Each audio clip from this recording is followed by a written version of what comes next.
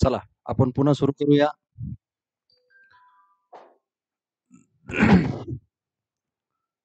आपल्या सगळ्यांना दिसत असेल, की इथं हे काही शब्द आहेत, अक्षर आहेत आणि या अक्षरांचं वाचन कसं करायचं? जोडाक्षर आहेत, क आणि र चे जोडाक्षर आहेत, ते आपण आता इथं बघणार आहोत. पहिला शब्द आहे, ह्या वरच्या शब्दाचे शब्द वाच आणि लिही.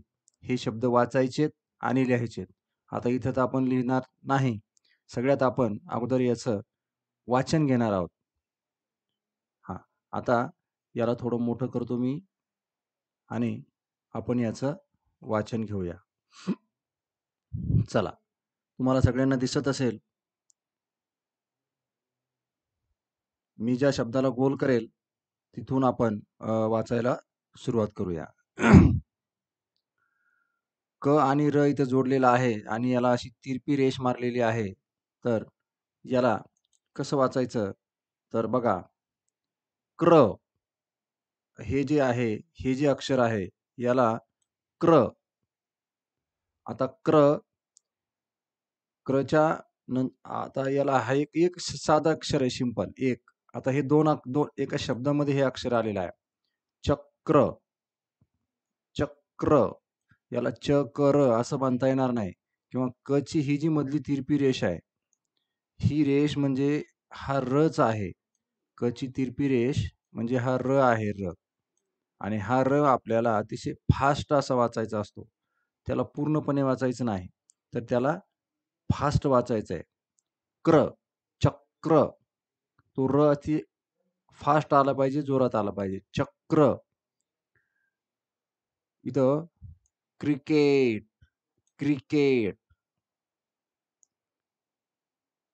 नंतर क्रमांक, क्रमांक, क्रमांक.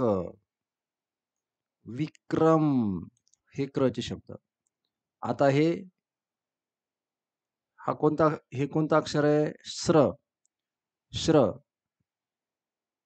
श्र, श्र, श्रम, श्रावण, श्रीमंती, श्रीधर, श्र, श्रम, श्रावण, श्रीमंती, श्रीधर. थ, रथ, रथ, अर्थ, अर्थ. आता इथला आणि इथला याच्यामध्ये काय फरक आहे दोघांमध्ये? दोघांमध्ये फरक असा आहे, दोघांना बी र लागलेला आहे. पण या कला आपण रेष मारली खाली. हा इथं रचा उच्चार हा कच्या नंतर आहे. कच्या नंतर. पण इथं रचा उच्चार हा थच्या अगोदर आहे. रथ, थ शेवटी आहे. इथं र शेवटी आहे. जेव्हा रफार असतो, जेव्हा एखाद्या अक्षरावर रफार असतो, त्यावेळी तिथला र हा अगोदर वाचायचा असतो, पण फास्ट असतो. रथ, थ. जसं क्र, कच्या नंतर र, तर इथं थच्या अगोदर र. रथ, अर्थ, अर्थ. बघा थच्या अगोदर आला. हा रफार आहे. विद्यार्थी, विद्यार्थी. आता इथं ला सुद्धा आहे, थला सुद्धा जोडलेला आहे. पण पच्या नंतर र आहे, इथं थच्या अगोदर र आहे. म्हणून प्रार्थना, प्रार्थना, प्रार्थना. तीर्थरूप, तीर्थ, रथ, तीर्थरूप. पुन्हा एकदा आपण या सगळ्यांचं वाचन घेऊ. पुन्हा एकदा म्हणजे तुमच्या लक्षात येईल.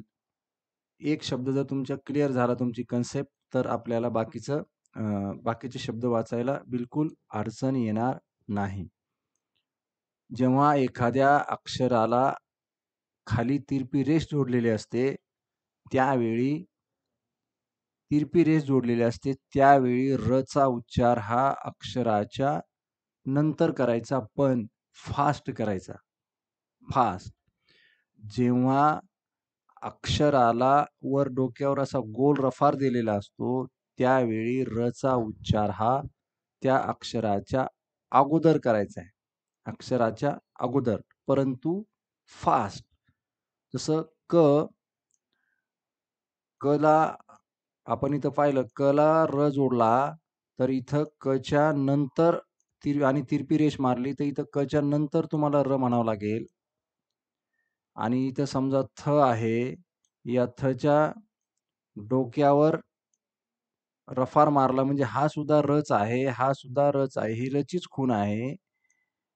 ही सुद्धा रची खूण आहे, ही सुद्धा रची खूण आहे. पण दोन्ही ठिकाणी र वेगवेगळ्या ठिकाणी आहे. एका ठिकाणी नंतर आहे, एका ठिकाणी अगोदर आहे. पण तो पूर्णपणे वाचायचा नाहीये. त्याला फास्ट वाचायचं आहे.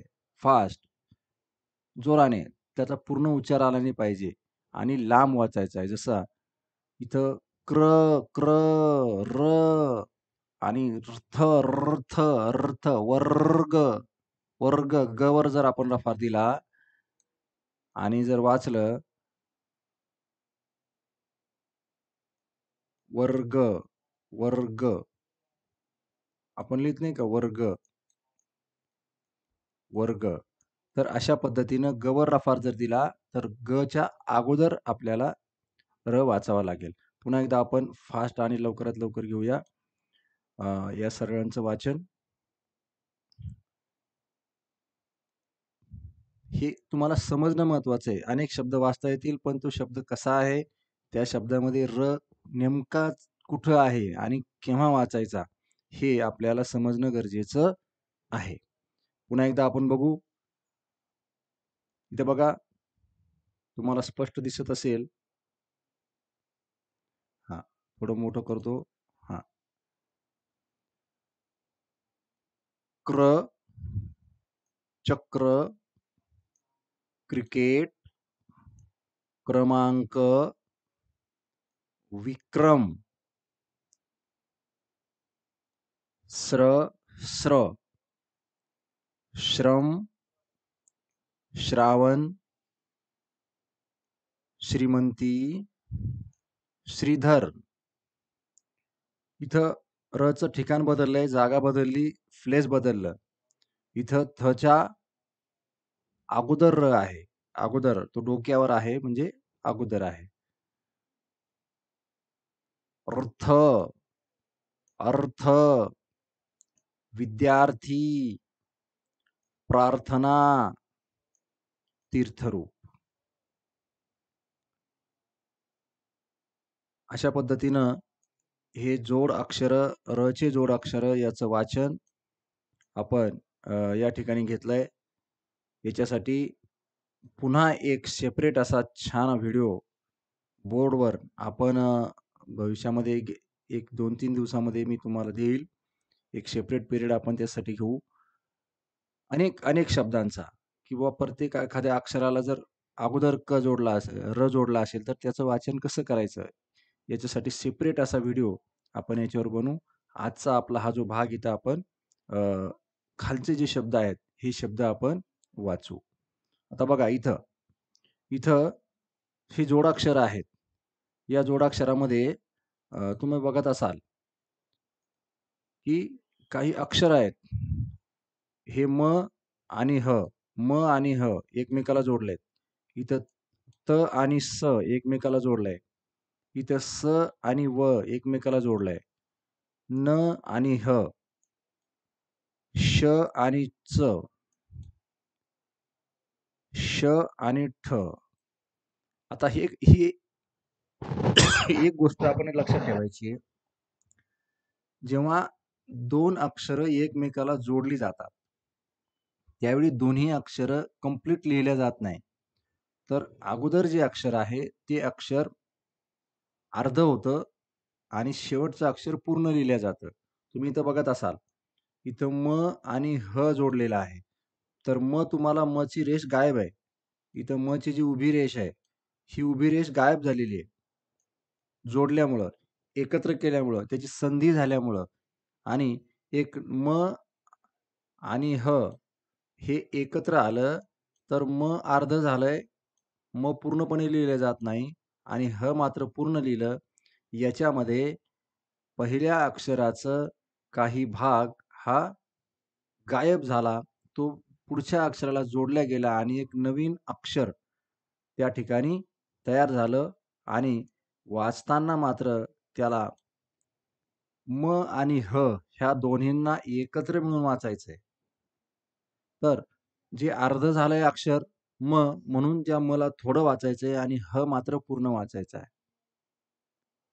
म्ह, म्ह, म्ह, म्ह, म, ह असं नाही. म, ह असं नाही. म्ह. जेव्हा अक्षरं जोडली जातील, तर कोणतं तरी एक अक्षर तुम्हाला थोडं फास्ट वाचावं लागेल, अर्धवट वाचावं लागेल आणि कोणतं तरी एक अक्षर पूर्ण वाचावं लागेल. तर जे अक्षर शेवटी येतं, ते अक्षर तुम्हाला पूर्ण वाचावं लागेल. आता इथं ह हा पूर्ण दिसतोय, कंप्लीट. म्हणून आपल्याला ह पूर्ण वाचायचा आहे. इथं म थोडा दिसतोय, अर्धा दिसतोय म्हणून म हा कमी वाचायचा आहे. त्याला वाचायला थोडं उच्चारामध्ये त्याला कमी जागा द्यायची आहे. तर आपण बघू कशा पद्धतीनं याचं वाचन होतं. तर म आणि ह जोडला म्हणून म्ह. या इथं म्हला आता विलांटी दिलेली आहे म्हणून आम्ही, आम्ही. म्हला 2 मात्रे दिलेल्या आहेत. आई जोडलेला आहे. आई. इथं आई जोडलेला आहे म्हला. ऐ. हा ऐ. तुम्हाला माहीत असेल. ऐ जोडलेला आहे. म्हणून म्हैस, म्हैस. म्हणाला, तुम्हाला. आता त आणि स. त आणि स जोडलंय. तर एक नवीन अक्षर तिथं जोडाक्षर तयार झालंय. जोड अक्षर. एक असेल तर अक्षर, 2 अक्षर जोडली असतील तर जोडाक्षर. स, स. त थोडा वाचायचा आहे. स, स पूर्ण वाचायचा आहे. स. वत्सला, वत्सला, वत्सला. उत्सव, उत्सव, उत्साह. आपण त्याला उत्साह म्हणतो. उत्साह नाही ते. उत्साह. संवत्सर, संवत्सर.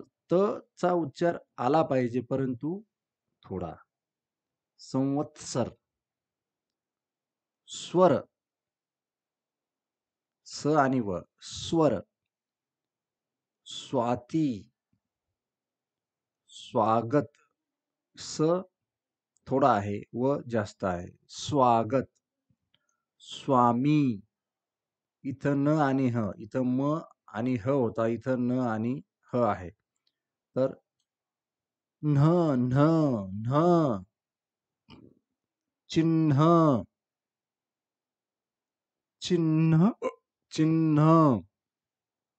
उन्हाळा, उन्हाळा. तान्हा, तान्हा. कान्हा, कान्हा. आता खाली बघा. श आणि च. श आणि च. श आणि च जोडलाय. शला शला च जोडलाय. परंतु श ची रेष गायब झाली आहे. स ची रेष निघून गेली आहे जोडल्यामुळं.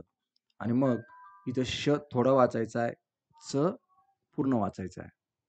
लक्षात ठेवा इथं स, इथं श, इथं श. ही तिन्ही अक्षरं अतिशय महत्वाची आहेत. यामध्ये वाचायला उच्चार दोघा सारखाच येतो परंतु त्याच्यामध्ये थोडासा फरक आहे. किंचितचा फरक आहे. आणि तो किंचितचा फरकच आपण लक्षात ठेवायचा.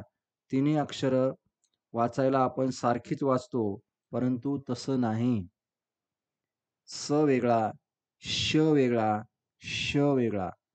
याच्यामध्ये श आणि श मध्ये किंचितचा फरक आहे. थोडीशी उच्चारामध्ये थोडा फरक पडतो, परंतु लिहिताना कंप्लीटली हे वेगळे आहेत. लिहिताना यांना कंप्लीटली वेगळं लिहावं लागतं.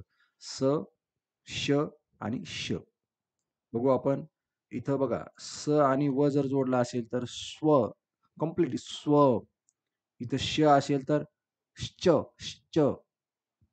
आणि इथं ष्ट, ष्ठ. हा बघा. च, पश्चिम, पश्चिम, च, श थोडं वाचायचं आहे. पश्चिम, आश्चर्य, आश्चर्य, निश्चित, निश्चय, निश्चय. आता श आणि ठ. इथं श पाहिला, इथं स पाहिला. ष्ठ, ष्ठ, ज्येष्ठ, ज्येष्ठ, निष्ठा, निष्ठा, पृष्ठ, पृष्ठ. इथं प ला र जोडलाय. पृ, पृ, पृ, पृष्ठ. श्रेष्ठ, श्रेष्ठ. इथं बघा, स ला र जोडलाय, जसं आपण वरच्या बाजूला पाहिलं. स ला र जोडलेला, श्रेष्ठ. आता इथं एकच अक्षर दोनदा जोडलंय. इथे हे सगळे अक्षर वेगवेगळे आहेत, परंतु इथं एकच अक्षर त्याच अक्षराला तेच अक्षर जोडलंय. त्याच अक्षराला तेच अक्षर जोडलं आणि असं जर असेल तर हे वाचणं फार महत्वाचं आहे. बघा, च आणि च, च, च.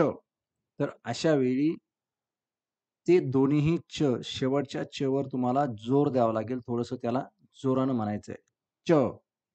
बघा इथं पुढचा शब्द सच्चा, सच्चा, सच्चा, कच्चा, कच्चा, गच्ची, गच्ची, उच्चार, उच्चार, उच्चार.